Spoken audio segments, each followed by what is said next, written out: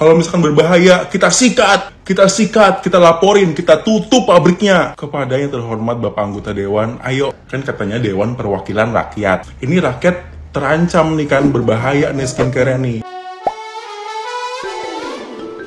Setelah BPOM secara resmi menyatakan bahwa salah satu produk milik Reza Gladys tidak memiliki izin edar alias ilegal, gelombang kritik langsung menyerbu media sosial. Di tengah sorotan publik terhadap isu skincare abal-abal, nama Uya Kuya tiba-tiba ikut terseret. Pasalnya, Uya Kuya yang kini menjabat sebagai anggota DPR sempat dengan lantang menyatakan bahwa dirinya akan membasmi peredaran produk kecantikan ilegal dan berjanji akan menjadi garda terdepan dalam membersihkan praktik-praktik curang di industri skincare. Kini publik ramai menagih janji tersebut, menuding Uya Kuya diam saat produk milik Reza Gladys justru terbukti tidak berizin. Banyak yang mempertanyakan integritas dan konsistensi sikap Uya Kuya, terutama karena sebelumnya ia dikenal aktif mengomentari kasus-kasus serupa. Kasus ini menjadi pengingat keras bahwa peredaran skincare ilegal bukan hanya soal pelanggaran administratif, tapi juga menyangkut keselamatan konsumen. Produk Reza Gladys yang tidak mengantongi izin BPOM membuktikan betapa mudahnya produk berbahaya lolos ke pasaran hanya karena berlabel artis atau influencer. Di sisi lain, tekanan kini bukan hanya tertuju pada Reza Gladys, melainkan juga pada pejabat publik seperti Uya Kuya yang dianggap harus bertindak bukan diam. Nah, gimana nih menurut netizen yang terhormat? Silahkan berkomentar ya. Gue pernah dengar ada salah satu anggota DPR yang bilang kalau misalkan salah satu di antara mereka memiliki produk yang bermasalah, Bapak Uya Kuya akan langsung sikat. Nah, sekarang semuanya sudah terbukti. BPOM saja sudah menunjukkan bahwa produk yang mereka miliki itu ditolak izin edarnya. Sekarang ditunggu Pak ya, kapan mau disikat? Soalnya udah direndam, udah dikasih deterjen, Bapak tinggal sikat. Nanti biar netizen yang membilas ya. Jangan tutup mata, tutup telinga Pak. Jangan pura-pura lupa. Ya, jejak digital yang Bapak ucapkan itu semuanya ada dan masyarakat juga tahu. Ingat, anggota DPR yang selalu menggembur-gemburkan di sosmed, di TV, kalau misalkan skincare SS itu berbahaya, dia akan melaporkannya. Begini kira-kira kata-katanya ya. Kalau misalkan skincare DRG, skincare Sela Saukia, saya sebut aja nggak perlu saya sensor. Kalau misalkan berbahaya, kita sikat, kita laporin, kita tutup pabriknya. Kepada yang terhormat Bapak Anggota Dewan, ayo, kan katanya Dewan Perwakilan Rakyat. Ini rakyat terancam nih kan, berbahaya nih skincare nih. Dan Anda sudah mengeluarkan statement kalau misalkan akan menutup pabrik-pabrik, akan menutup pabrik SS kalau misalkan skincare berbahaya.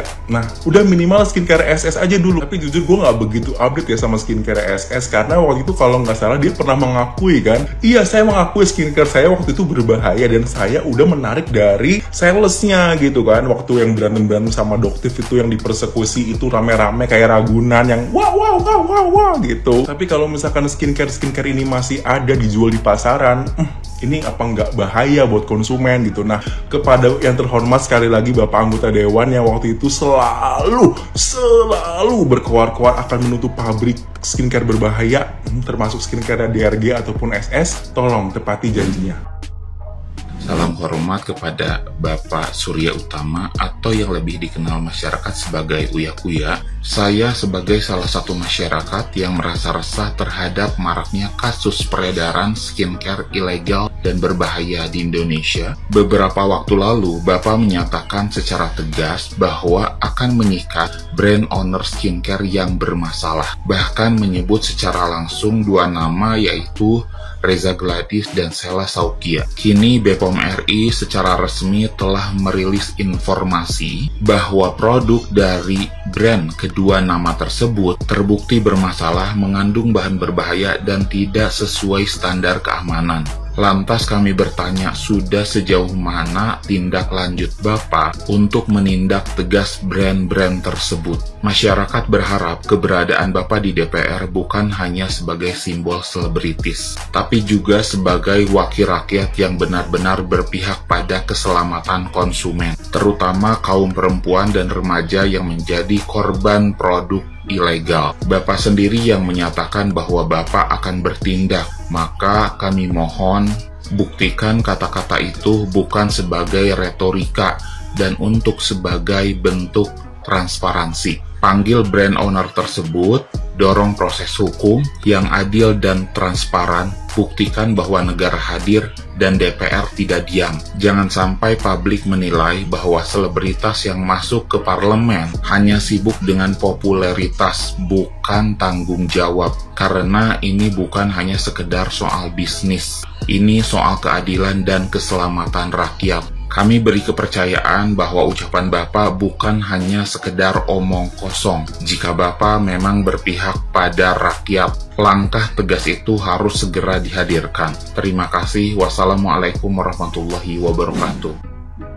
Glavitsha Glowing Booster Cell ternyata tidak terdaftar di BPOM. Dan izin edarnya pun ternyata sudah dibatalkan semenjak 2 Februari 2024, which is tahun lalu. Guys, coba kalian main ke akunnya BPOM, di situ mereka baru ada posting beberapa skincare yang ternyata tidak lulus uji dan tidak diperbolehkan untuk diedarkan oleh BPOM. Pada saat sidang minggu lalu, sebetulnya DRG ini ada menjelaskan bahwasannya seluruh produknya itu sudah ber-BPOM dan juga aman. Termasuk produknya yang berjarum suntik itu. Tapi kalian lihat sendirilah ya respon daripada BPOM. Kalau sudah seperti ini, menurut kalian ya langkah yang paling bagus untuk diambil itu apa? Karena gua yakin udah banyak orang yang memakai skincare tersebut dan ternyata baru tahu hari ini kalau skincare tersebut ilegal. Tapi memang ya guys, logikanya aja kita sebagai orang awam melihat yang namanya jarum suntik, masa iya dipakai sendiri? Kita yang bukan siapa-siapa, nggak ngerti apa-apa soal medis, masa iya nekat banget